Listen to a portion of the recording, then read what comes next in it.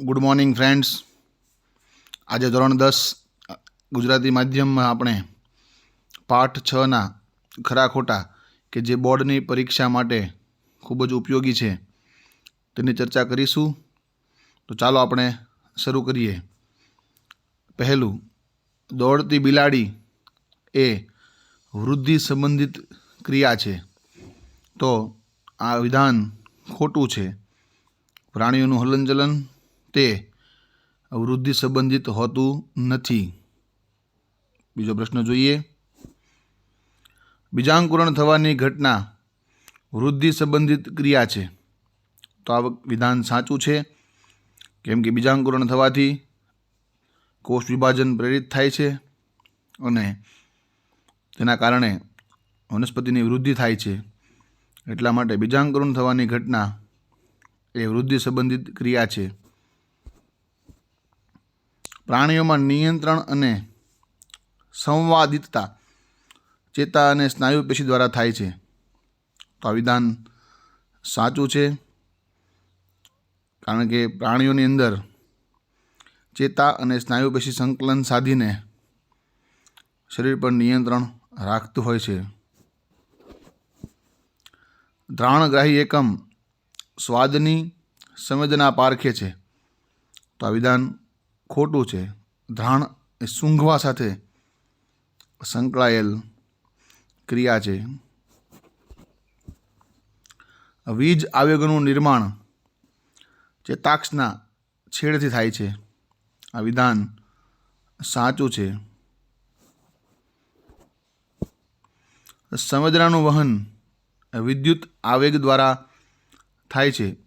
આ વિધાન બરોબર સાચું છે, કારણ કે પ્રાણીઓમાં જે સંવેદનાઓ છે તે વિદ્યુત આવેગ દ્વારા વહન પામતી હોય છે. પર્યાવરણમાં કોઈ ઘટનાની ક્રિયાના ફળ સ્વરૂપે અચાનક થયેલી ક્રિયાને પરાવર્તી ક્રિયા કહે છે. આ વિધાન બિલકુલ સાચું છે, કારણ કે જ્યારે આપણે કોઈ ઘટનાની સામે પ્રતિચાર આપીએ અને તરત આપવામાં આવે, એક જ વેઇટ કર્યા વિના, વિચાર્યા વિના જે આપવામાં આવે, તેને આપણે પરાવર્તી ક્રિયા તરીકે ઓળખીએ છીએ. વિચારવા માટેની પેશી ખોપરીના પશ્વ ભાગે આવેલી હોય છે. આ વિધાન ખોટું છે. પરાવર્તી કમાન કરોડરજ્જુમાં બને છે. આ વિધાન સાચું છે. મોટાભાગના પ્રાણીઓમાં ચેતાકોષીય જાળ અલ્પ વિકસિત હોય છે. આ વિધાન સાચું છે. મગજ એ શરીરનું મુખ્ય સંવાદિતતા ધરાવતું કેન્દ્ર છે. આ વિધાન સાચું છે. મગજમાંથી કરોડરજ્જુ ચેતાઓ નીકળે છે. આ વિધાન ખોટું છે. પગમાં સ્નાયુઓની અનૈચ્છિક સ્નાયુ પેશી આવેલી હોય છે. પગમાં સ્નાયુઓની ઐચ્છિક હોય છે, અનૈચ્છિક હોતી નથી. એટલે આ વિધાન ખોટું છે.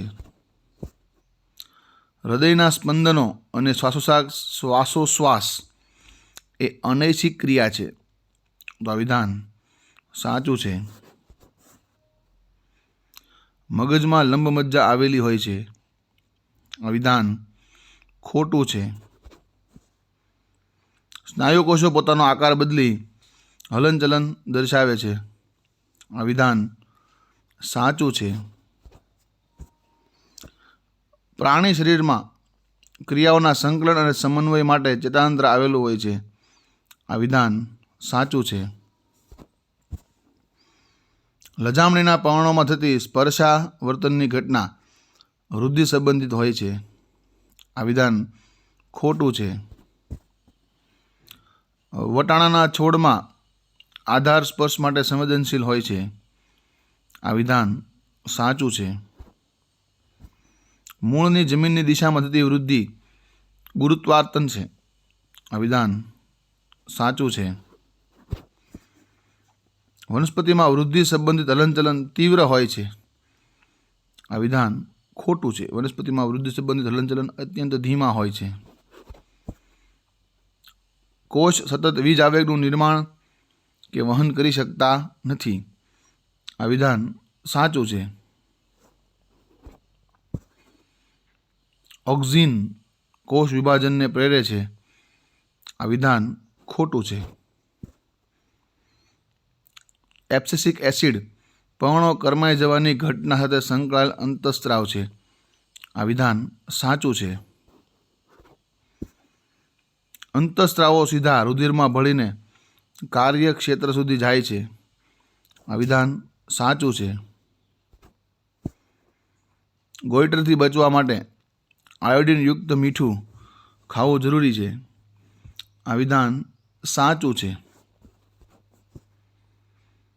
નરમાં ઇસ્ટ્રોજન અંતઃસ્ત્રાવ સ્રવે છે. આ વિધાન ખોટું છે. ડાયાબિટીસનો દર્દી ઇન્સ્યુલિન ઇન્જેક્શન લે છે. આ વિધાન સાચું છે. બાલ્યાવસ્થામાં જીએફની ઉણપ સર્જાતા વામનતા આવે છે. આ વિધાન સાચું છે. રુધિરમાં શર્કરાનું સ્તર ઘટે તો ઇન્સ્યુલિન સ્રવે છે. આ વિધાન ખોટું છે. હૃદયના ધબકારા વધારનાર અંતઃસ્ત્રાવ એડિનાલિન ગ્રંથિમાંથી સ્રવે છે.